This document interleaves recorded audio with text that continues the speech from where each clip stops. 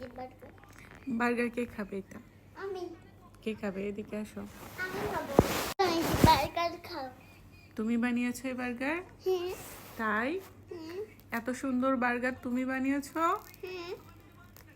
এটা কার জন্য বানিয়েছো তুমি? তোমার জন্য। আমার জন্য? হ্যাঁ পুরোটাই আমি খেয়ে ফেলবো? হ্যাঁ তাই? হ্যাঁ। ওকে, তাহলে আমি পুরাটাই খেয়ে ফেলি। তুমি কি খাবে তাহলে? আমি বিরিয়ানি খাবো। বিরিয়ানি খাবে? হ্যাঁ আম্মুর জন্য বার্গার বানিয়েছো? হুম।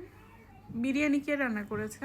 বিরিয়ানি আমিও রান্না করছি। আমি তুমি রান্না করেছো? হ্যাঁ। তুমি বিরিয়ানি রান্না করতে পারো? হ্যাঁ তাই? হ্যাঁ ওকে, তাহলে এই বার্গারটা আফসিন আম্মুর জন্য বানিয়েছে, তাই না?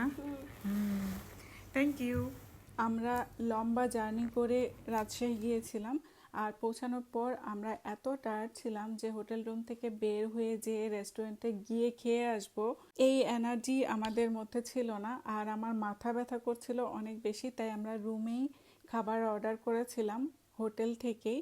একটা মাটন বিরিয়ানি আর একটা বার্গার অর্ডার করেছিলাম। দুইটা খাবারই বেশ মজা ছিল। বিরিয়ানিটা অনেক টেস্টি ছিল। আর আফসিন তো ওই যে ফ্রেঞ্চ ফ্রাই পেয়েছে বার্গারের সাথে ফ্রি, সেটাই সবার আগে খাওয়া শুরু করে দিয়েছে। লাঞ্চে আমরা 3জন মিলে এই মাটন বিরিয়ানি এবং বার্গারটাই খেয়েছিলাম। আর তারপর আমরা চলে গিয়েছিলাম সুইমিং পুলে। আফসিন সুইমিং করতে ভীষণ পছন্দ করে, সুইমিং পুলে নামার জন্য অস্থির হয়ে গিয়েছিল, তাই ওকে নিয়ে আমরা গিয়েছিলাম। আমরা ছিলাম গ্র্যান্ড রিভারভিউ হোটেল রাজশাহীতে, আর এদের সুইমিং পুলটা ছিল ইনফিনিটি টাইপ, দেখতেই পাচ্ছেন।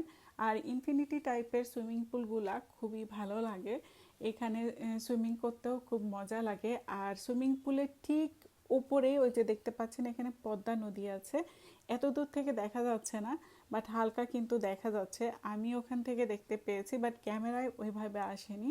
আফসিন তো সুইমিং পুল পেলে অনেক মজা করে, অনেক এনজয় করে মাশাআল্লাহ। আর ও অনেক লম্বা সময় ধরে সুইমিং পুলে ছিল। আর এই যে দেখাচ্ছি আপনাদেরকে পদ্মা নদী দেখা যায়, সবুজ গাছপালার উপরে যে সাদা অংশ দেখা যাচ্ছে ওইটাই কিন্তু পদ্মা নদী ছিল। আমরা পদ্মার পাড়ে গিয়েছিলাম ঘুরতে, কিন্তু ভিডিও করা হয়নি। এটা দেখাবে খাই দিব। হ্যাঁ এটা দিয়ে আমি করবো।